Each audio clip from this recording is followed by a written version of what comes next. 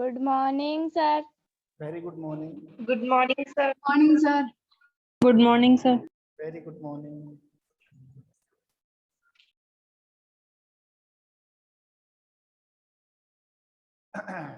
आगे सर सारे नहीं आएंगे, धीरे धीरे आएंगे अभी तो।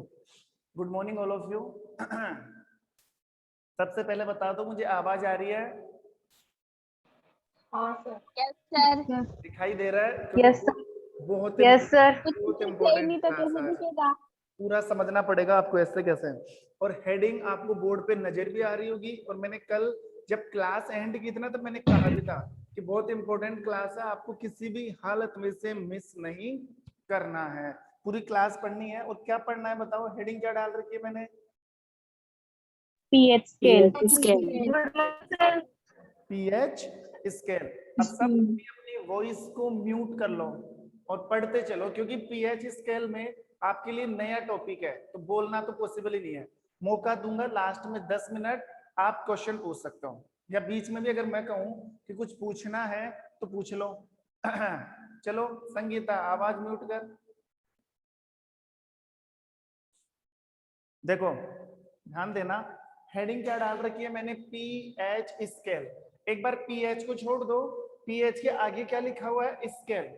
स्केल आपके पास होता है ना, आपका जो ज्योमेट्री बॉक्स है उसमें आपके पास स्केल होता है, एक 15 सेंटीमीटर का, और बड़े वाले स्केल की मैं बात करूं तो 30 सेंटीमीटर का। तो बताओ उस स्केल को आप किस काम में लेते हो? उस स्केल को आप काम में लेते हो दूरी नापने के लिए, दूरी का मेजरमेंट करने के लिए। अब वो आप दूरी आप चाहे इंच में मापो, सेंटीमीटर में मापो, मिलीमीटर में मापो, या मीटर में मापो, तो उसी प्रकार जिस प्रकार दूरी मापने का स्केल होता है, जिस प्रकार हमारी बॉडी का टेम्परेचर मापने का एक स्केल होता है जिसे हम थर्मामीटर कहते हैं, डॉक्टर हमारे जीभ के नीचे लगाता है या बाजू में लगाता है, वो थर्मामीटर है। तो वो भी तो किसी चीज को माप रहा है ना, वो माप रहा है तापमान को। और जो नॉर्मल आपके ज्योमेट्री बॉक्स में स्केल होता है वो किसको मापता है? वो मापता है दूरी को। न जाने ऐसे कितने स्केल है, कोई दूध की शुद्धता को मापता है, तो ऐसा ही एक स्केल बनाया, ऐसा ही एक स्केल बनाया गया जो अम्ल की सांद्रता को मापता है, जो हमें ये बताता है कि ये पदार्थ अम्ल है, ये पदार्थ क्षार है।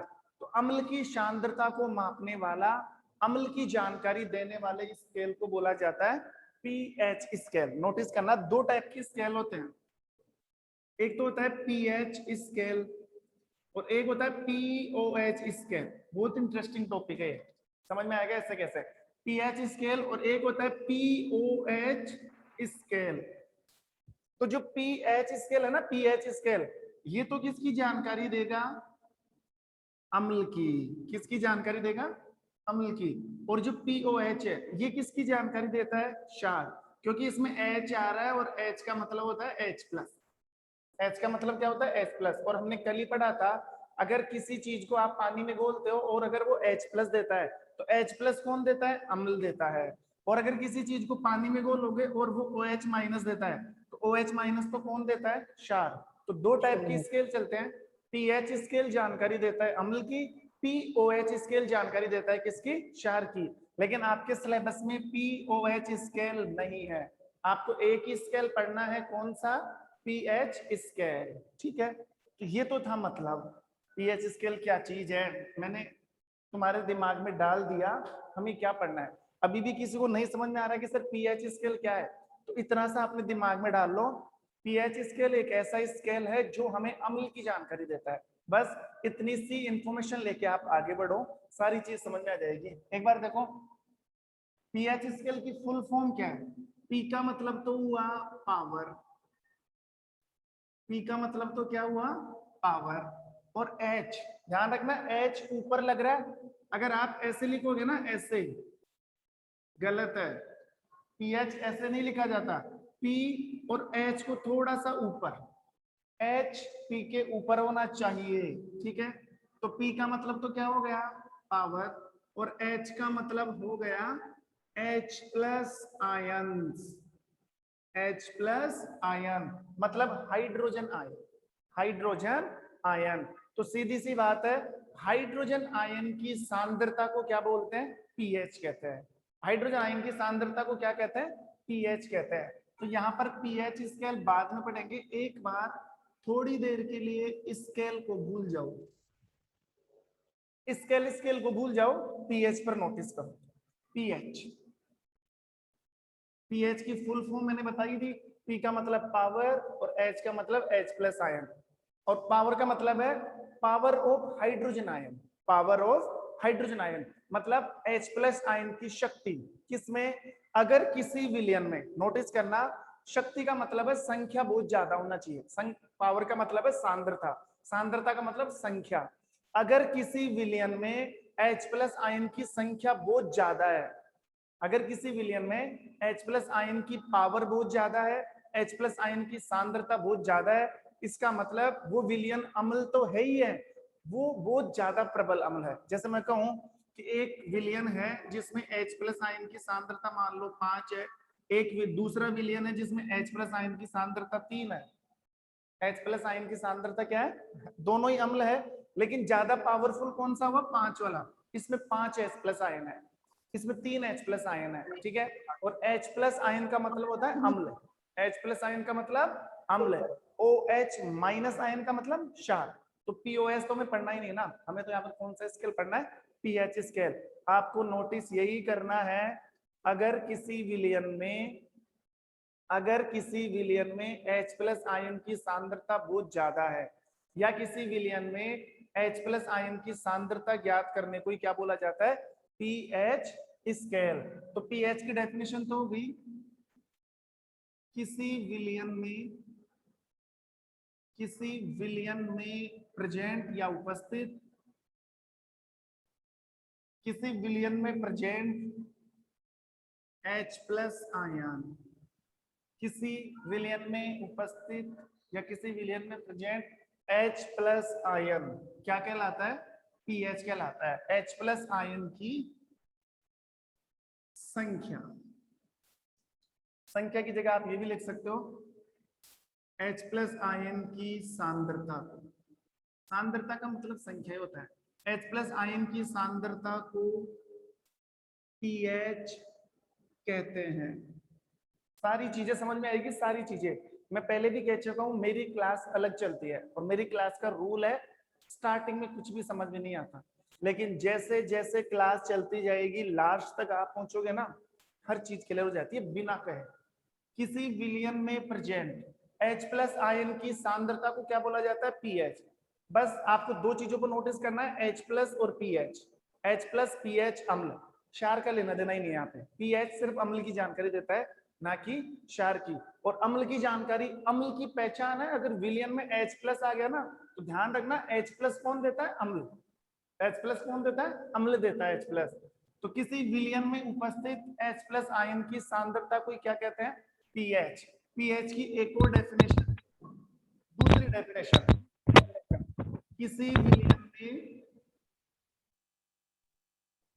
किसी विलयन में प्रेजेंट हाइड्रोजन आयन की सांद्रता के H प्लस आयन की सांद्रता के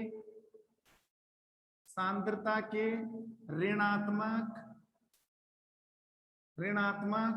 लघुगणक को, ऋणात्मक लघुगणक को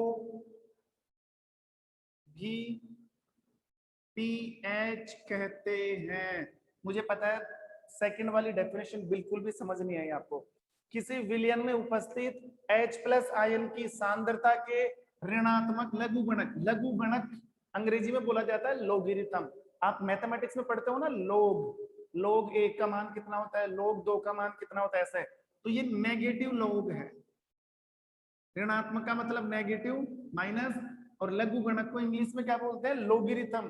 तो स्टार्टिंग का शॉर्ट वर्ड ले लिया log, लघुगणक को क्या बोला जाता है,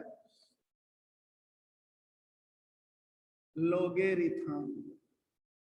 तो यहां से log ले लिया, अभी समझ में आ जाएगा, ठीक है।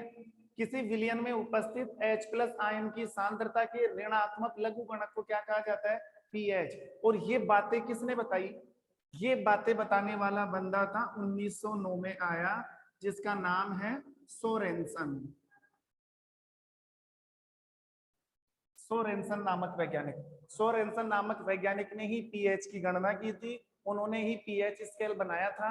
अभी मैं पीएच स्केल नहीं पढ़ा रहा, आप नोटिस करो, स्केल को तो मैंने हटा रखा अभी। अभी सिर्फ मैं क्या पढ़ा रहा हूँ, पीएच। पीएच स्केल तो मैं बाद में उठाऊंगा, पहले पीएच का मतलब समझो। सोरेनसन ने ही बताया था कि किसी विलियन में उपस्थित H प्लस आयन की सांद्रता को क्या कहते हैं, पीएच कहते हैं। या फिर किसी विलियन में उपस्थित H प्लस आयन की सांद्रता के ऋणात्मक लघुगणक को क्या कहा जाता है, H प्लस, सॉरी पीएच। अब डेफिनेशन बताने के बाद, समझाने के बाद, सोरेनसन अंकल ने पीएच की डेफिनेशन, सॉरी पीएच का एक फॉर्मूला तैयार किया था। और पीएच का फॉर्मूला क्या था, पीएच के फॉर्मूले से मतलब है आप किसी भी चीज की पीएच चेक कर सकते हो कि पीएच 5 आ रही है कि 6 आ रही है कि 7 आ रही है। अगर पीएच का पता लग गया ना तो एक सेकंड तो बहुत दूर की बात है, आप देखते बता दोगे कि ये अम्ल है कि क्षार है। पीएच का फॉर्मूला क्या बताया था उन्होंने, माइनस लोग का base 10 H plus ion, bracket में H प्लस आयन। ये फॉर्मूला दिया किसने, सोरेनसन। किसने दिया फॉर्मूला, सोरेनसन। किसी भी विलयन की, किसी भी मिश्रण की आपको पीएच याद करनी है, सूत्र लगा दो, आपको पीएच पता लग जाएगी। देखो दूसरा फॉर्मूला, दूसरे से मतलब है फॉर्मूला वही है, H प्लस की जगह आप H3O प्लस भी रख सकते हो, माइनस लोग का बेस 10 और ब्रैकेट में क्या आ गया, H3O प्लस। मुझे पता है कुछ भी नहीं समझ में आ रहा आपको, घबराना नहीं है, अभी ऐसे कैसे क्लियर हो जाएगी हर चीज। ये लो, मैंने पहले कल भी बताया था कि H प्लस और H3O प्लस एक ही बात, सेम मानना आपको, इनमें कोई फर्क नहीं है। ये दोनों फॉर्मूले भी एक जैसे हैं, आप ये भी लिख सकते हो, आप ये भी लिख सकते हो। अब सोचो आपको किसी विलियन की पीएच का पता कैसे लगेगा, आपको कैसे पता लगेगा कि पीएच कैसे निकाले, अगर हमें H प्लस आयन पता लग जाए, अगर हमें H प्लस आयन पता लग जाए तो बताओ हम पीएच ज्ञात कर सकते हैं कि नहीं कर सकते। H प्लस आयन कितना है वो यहाँ पे डाल दो, फिर इस लोग को सोल्व करना पड़ेगा आपको। लोग कैसे सोल्व करते हैं वो मैं सिखा दूंगा भी आपको। तो ये तो था पीएच की डेफिनेशन और ये था पीएच का फॉर्मूला। अब एक छोटी सी बात सीखनी है आपको, इस टॉपिक से हटकर थोड़ा सा साइड में लेके जा रहा हूं मैं, थोड़ी सी बेसिक चीज बता रहा हूं। और बेसिक चीज ये है कि आप ध्यान दोगे कि पानी का जो अणु होता है ना, पानी का अणु, पानी के अणु का फॉर्मूला क्या होता है, H2O। सब जानते हैं, छठी क्लास से याद है हमें। पानी के अणु का फॉर्मूला क्या होता है, H2O। तो पानी का अणु अपने आप में टूटता रहता है, ये क्रिया हमेशा पानी के अंदर चलती रहती है। ये ना हमें नजर आती है ना कभी हम इसको महसूस कर सकते हैं, लेकिन पानी का अणु अपने आप में टूटता रहता है, जुड़ता रहता है, टूटता रहता है, जुड़ता रहता है। कैसे, पानी का अणु किस में टूटता है, H प्लस और OH माइनस में, H प्लस और OH माइनस में। अब ध्यान रखना H प्लस और OH माइनस में, तो ये चीज थोड़ी सी साइड हटकर है, क्योंकि ये चीज मैं इसके साथ जोड़ने वाला हूं। अगर आपको ये चीज समझ में आ गई ना तो फॉर्मूला समझ में आ जाएगा, फॉर्मूला समझ में आ गया ना तो डेफिनेशन समझ में आ जाएगी। ठीक है, इस पर ध्यान दो। मैं क्या बोल रहा हूँ, पानी का अणु अपने आप में क्या होता रहता है, टूटता रहता है।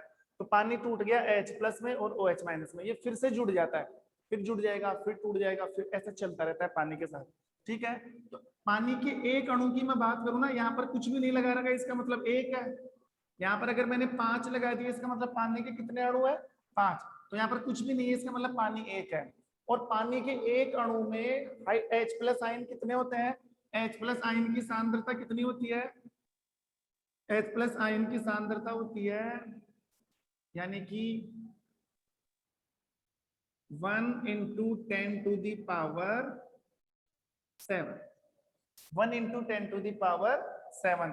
ऐसे ही OH माइनस की कितनी होती है, 1 into 10 to the power 7, 1 into 10 की घात 7, 1 into 10 की घात 7।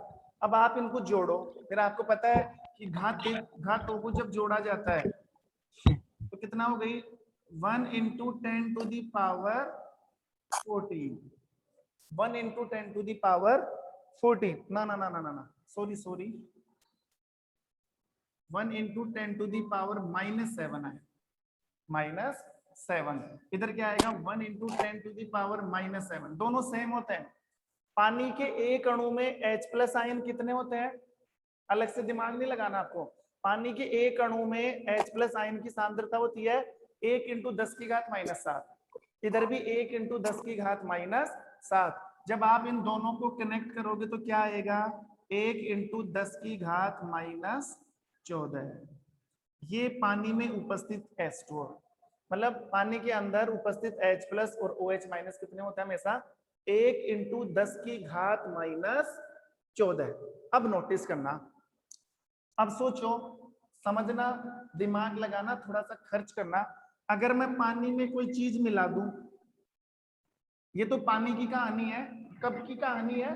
जब पानी में कोई भी चीज मिक्स नहीं है। अगर सोचो मैं पानी में कुछ चीज मिला दूं, पानी में कुछ मिला दूं, तो पानी में कुछ मिलाऊंगा तो बताओ इनकी संख्या गड़बड़ाएगी कि नहीं गड़बड़ाएगी? या तो इनकी संख्या घटेगी या फिर इनकी संख्या बढ़ेगी। और ये आपको ध्यान रखना है, पानी के एक अणु में H प्लस और OH माइनस आयन की सांद्रता कितनी है ये, और ये फिक्स है, ये फिक्स है, इसको कोई भी चेंज नहीं कर सकता। 1 इंटू 10 की घात -14, ठीक है? इनको चेंज कोई नहीं कर सकता। अगर पानी में मैंने कुछ डाल दिया, या तो H प्लस आयन की संख्या बिगड़ेगी या फिर OH माइनस की संख्या बिगड़ेगी, या तो इसकी संख्या बढ़ेगी या फिर इसकी संख्या बढ़ेगी, और उसका असर यहाँ पर पड़ेगा। अब आप सोचो, मान लो मैंने पानी में कोई चीज मिला दी और यहाँ पर -7 की जगह हो गया -4, -7 की जगह क्या हो गया? -4। जबकि पानी के अणु में H प्लस आयन कितना होता है? 10 की घात -7। तो इसका मतलब -4 हो गया। तो ये भी नोटिस कर लेना, ये संख्या कभी भी चेंज नहीं होती है। इन दोनों का जोड़ हमेशा कितना आना चाहिए? 14। इन दोनों, चाहे आप पानी में कुछ भी मिलाओ, H प्लस और OH माइनस का जोड़, एडिशन, इनका सम कितना आना चाहिए? 10 की घात -14। तो सोचो, अगर ये 4 हो गया, ये तो 7 है, तो 7 और 4 तो कितने होते हैं? 11।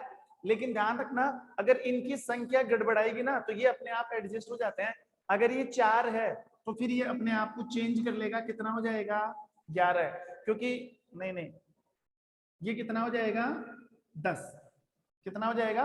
10। क्योंकि 10 और 4 कितने होते हैं? 14 होते हैं।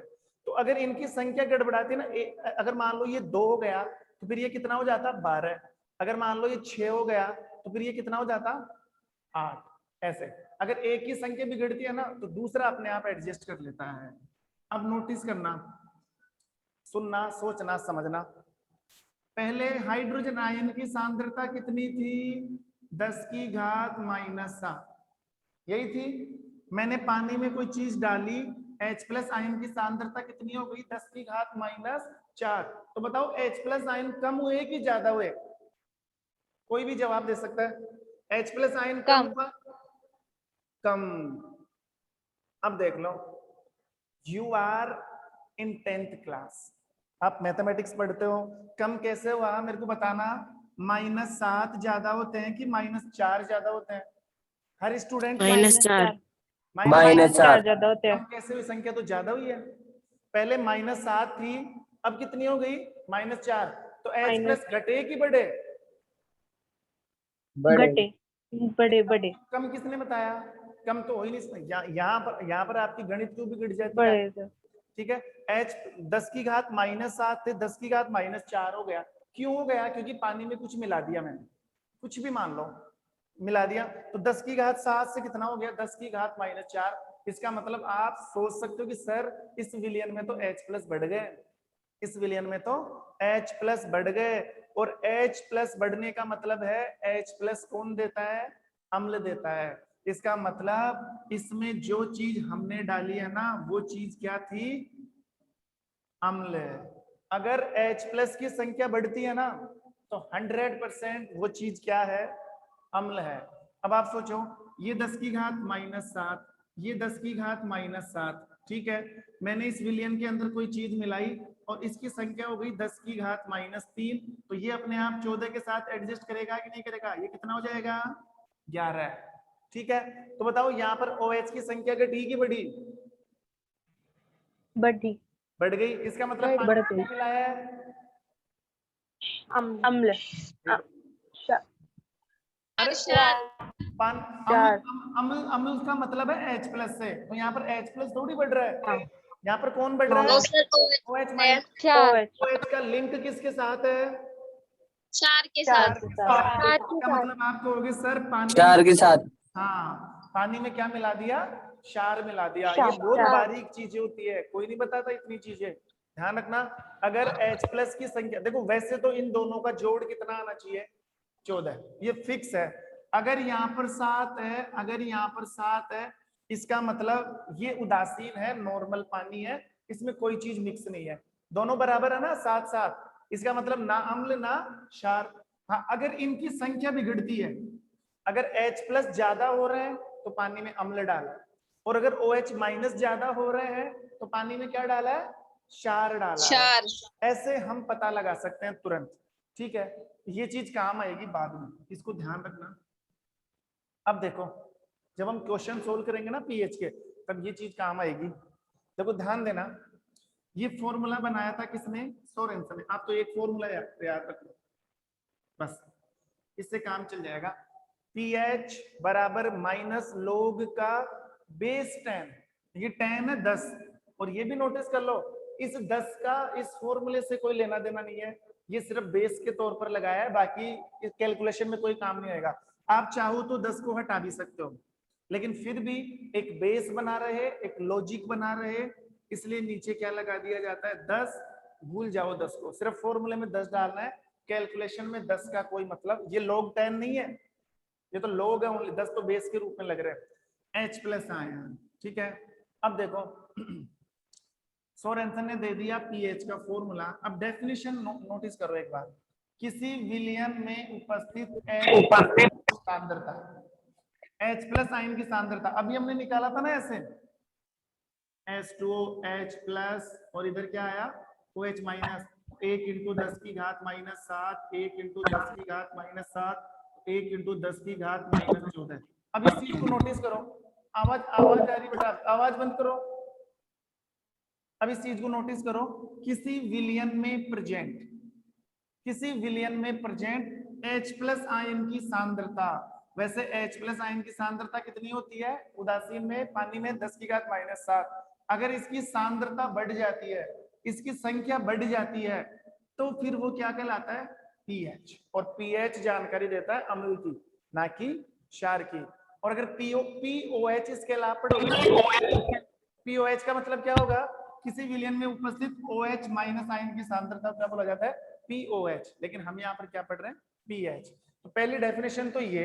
दूसरी देखो, किसी विलयन में प्रेजेंट H प्लस आयन की सांद्रता। अब H प्लस कितने हैं वो यहाँ पर आएंगे, एग्जामिनर आपको क्वेश्चन में देगा कि किसी विलयन में H प्लस आयन की सांद्रता 1 × 10 की घात -3 है, तो यहाँ से 1 × 10 की घात -3 उठाओ, यहाँ पर डाल दो, यहाँ पर H आएगा कि नहीं आएगा? H प्लस का मान डालोगे ना, H प्लस का मान कितना है? 1 × 10 की घात -3। कहाँ से आया वो आपको क्वेश्चन में मिल जाएगा, कितना भी हो सकता है, क्वेश्चन कैसा बनाएगा वहां से पढ़ लेना, H प्लस आयन की सांद्रता।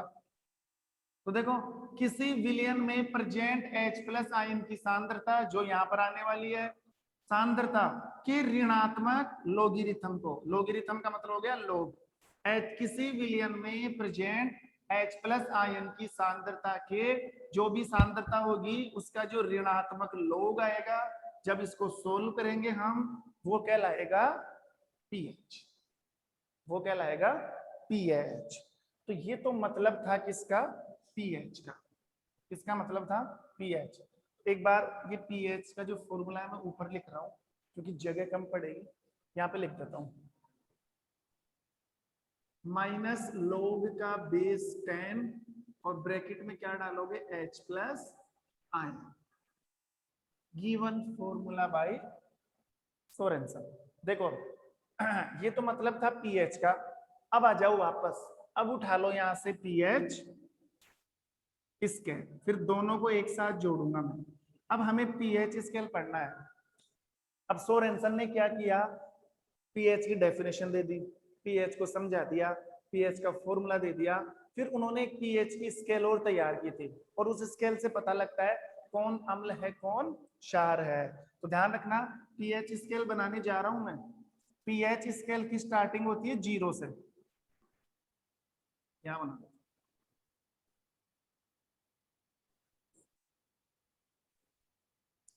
पीएच स्केल की स्टार्टिंग कहां से, 0 से।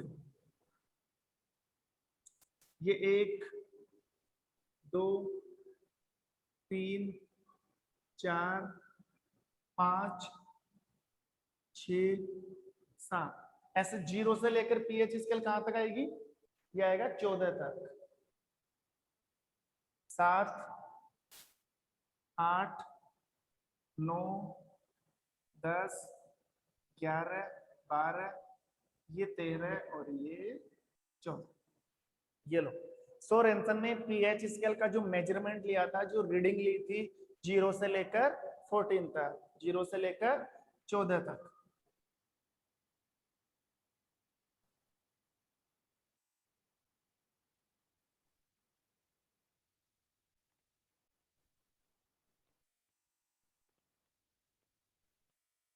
देखो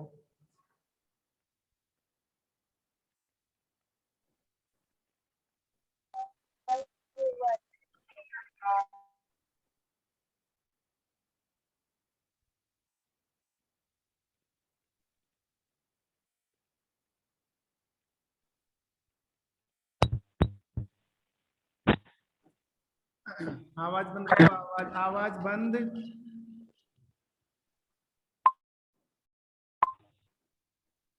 ये लो, और एक लाइन जाएगी यहां से।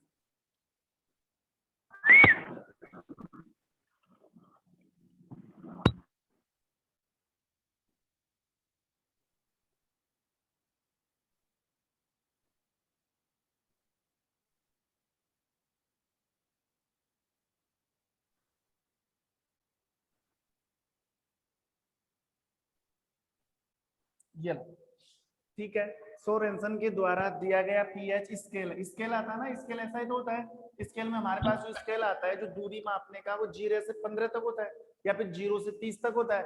ये 14 तक लिया गया है। इसकी रेंज फिक्स है, 0 से स्टार्ट है और कहां तक है, 14 तक। ठीक है। अब सोरेनसन क्या कहता है, सोरेनसन ये कहता है कि इस पीएच का जो मिड पॉइंट है, इस पीएच स्केल का जो बीच वाला बिंदु है, वो है 7। वो कौन सा है, 7। अब सोरेनसन ये कहता है, अगर किसी विलियन की पीएच 7 से कम हो, 7 से कम, अगर किसी विलियन की पीएच 7 से कम हो तो उसे क्या कहते हैं, 7 से कम वाला क्या कहलाएगा, अम्ल। देखो बीच वाली लाइन आ गई ना, तो अगर किसी की पीएच 7 से कम है तो वो अम्ल है, और अगर किसी की पीएच 7 से ज्यादा है तो फिर वो क्या कहलाएगा, क्षार। क्या कहलाएगा वो, क्षार। अगर किसी विलयन की, किसी मिश्रण की, किसी पदार्थ की पीएच 7 से कम आ रही है, अब पीएच कैसे निकालोगे, पीएच हम सूत्र से निकाल लेंगे। पीएच निकालना मैंने सिखा ही दिया, फॉर्मूले से पीएच निकाल लेंगे हम। अगर किसी विलयन की पीएच 7 से कम है तो वो अम्ल, और अगर किसी विलयन की पीएच 7 से ज्यादा है तो वो क्षार।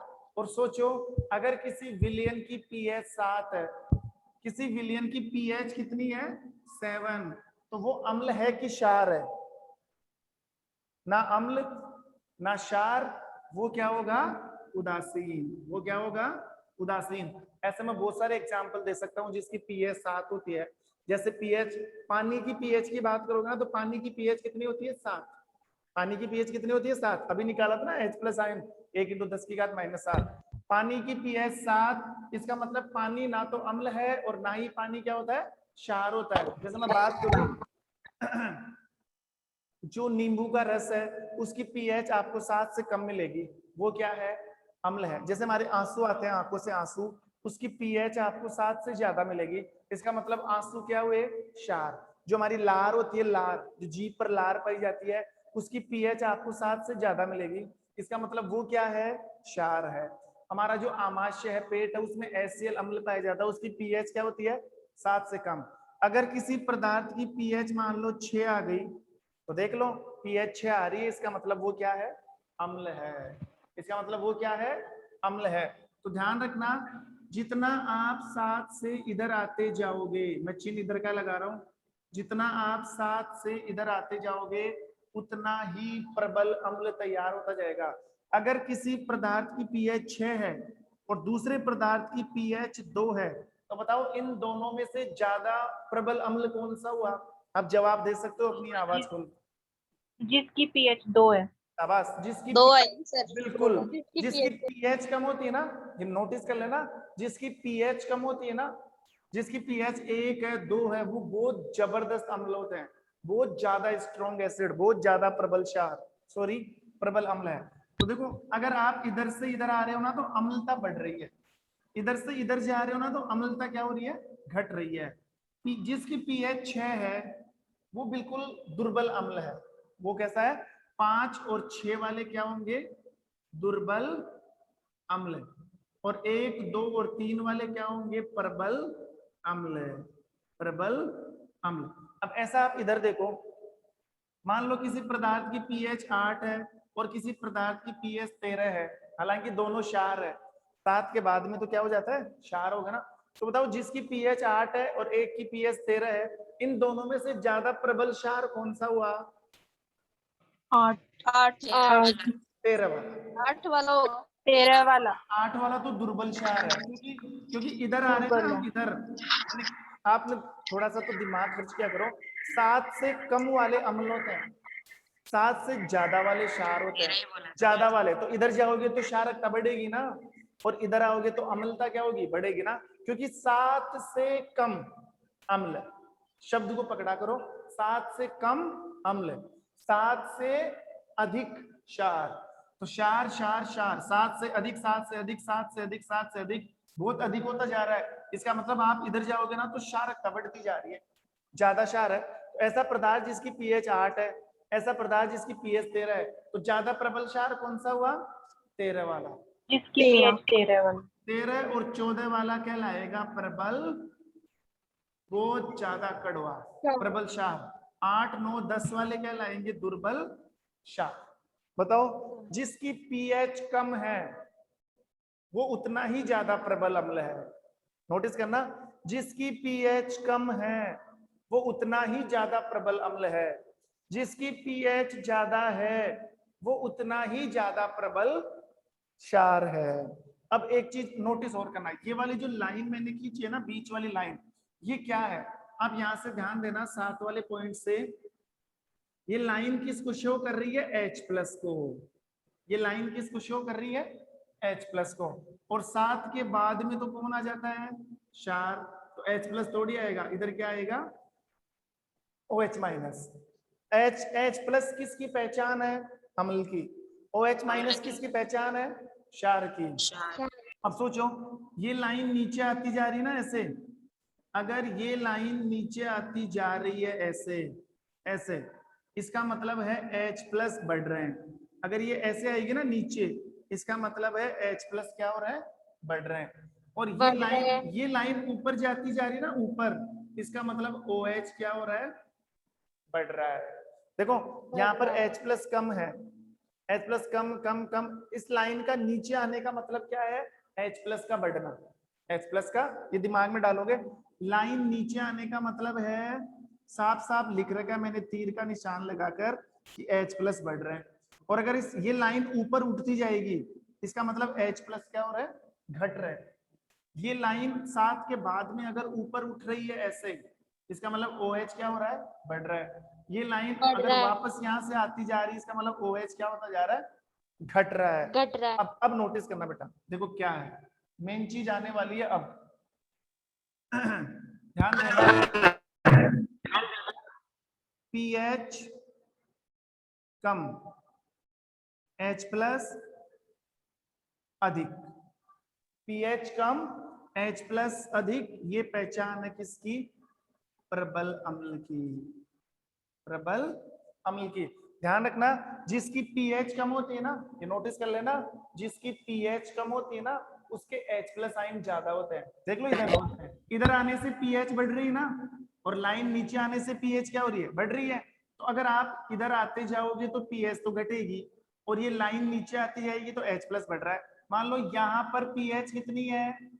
6, ऊपर से 6 आ रहा है ना, इस पॉइंट पर पीएच कितनी है, इस पॉइंट पर पीएच कितनी है, बोलो।